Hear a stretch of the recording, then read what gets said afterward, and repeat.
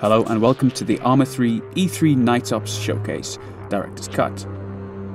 Here we'll take a closer look at some of our new lighting features and finish things up with a short firefight.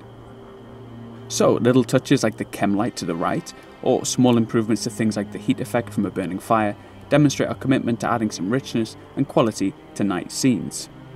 That's also evident in the revamped muzzle flashes. Although again it's an example of a visual improvement, it's interesting to consider the way that subtle aesthetic changes might impact upon gameplay, which hopefully we'll see in combat just a little later.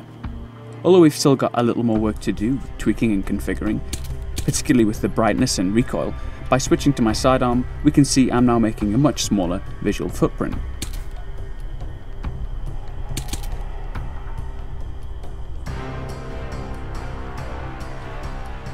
Now if I head into the new gear system, which we'll talk about a little more shortly, I can take off my attachment and the resulting muzzle flash is now far more pronounced. It's a pretty basic idea, but it demonstrates the way that simply adding some small visual polish produces a new set of decisions to make in combat. One bit of feedback we noticed was about the brightness of the scene. If I use a quick dev cheat to skip the date forward a fortnight or so, we can immediately see the difference between having a full moon and not. It's a lot darker, meaning that I can't quite see so far ahead and that things like NVGs or flashlights will be far more effective and pronounced within such a scene.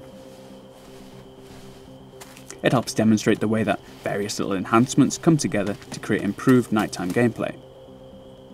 Okay, switching the flashlight on, we can see the way it illuminates the environment and also get an idea of the advantage of the new tactical pace, where I can maneuver around with the weapon raised, part of our greater goal of improving the fluidity of controls. Taking a slightly closer look at the inventory system, we've got the customizable attachments for my weapon. At the moment we've equipped a flashlight on the side rail. Now, if I open up this second tab here, which represents the gear I can carry on my fatigues, I can switch that out for an IR pointer. It's worth mentioning that this interface is still a prototype, but it communicates the basic design goals of the system, namely on-the-fly customization, and factoring in the capacity and weight of your gear with other design features like our fatigue and aiming mechanics. Switching the IR pointer on, we can mark targets for our team, which would only be visible if they've got NVGs equipped too.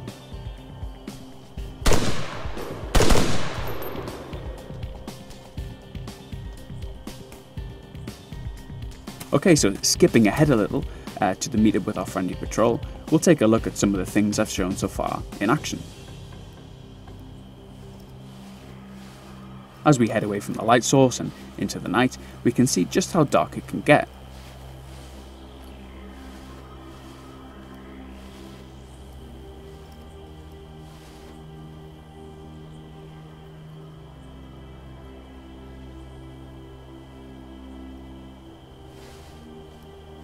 Okay, now I happen to know that there are some enemies up ahead, so if I can dive into some cover, we should get a feeling of how firefights are influenced by some of these new visual tweaks. Now I can see muzzle flashes burning through the foliage. And it's clear that my own teammate is lighting himself up like a Christmas tree without the use of a muzzle suppressor.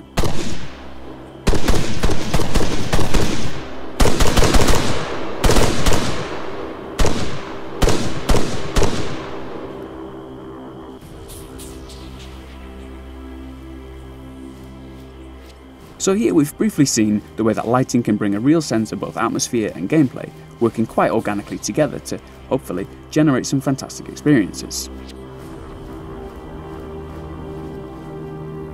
Alright, that's about it for now. Stay tuned to arma3.com and our ARMA 3 official social channels to keep up to date with the very latest news and updates. Bye for now.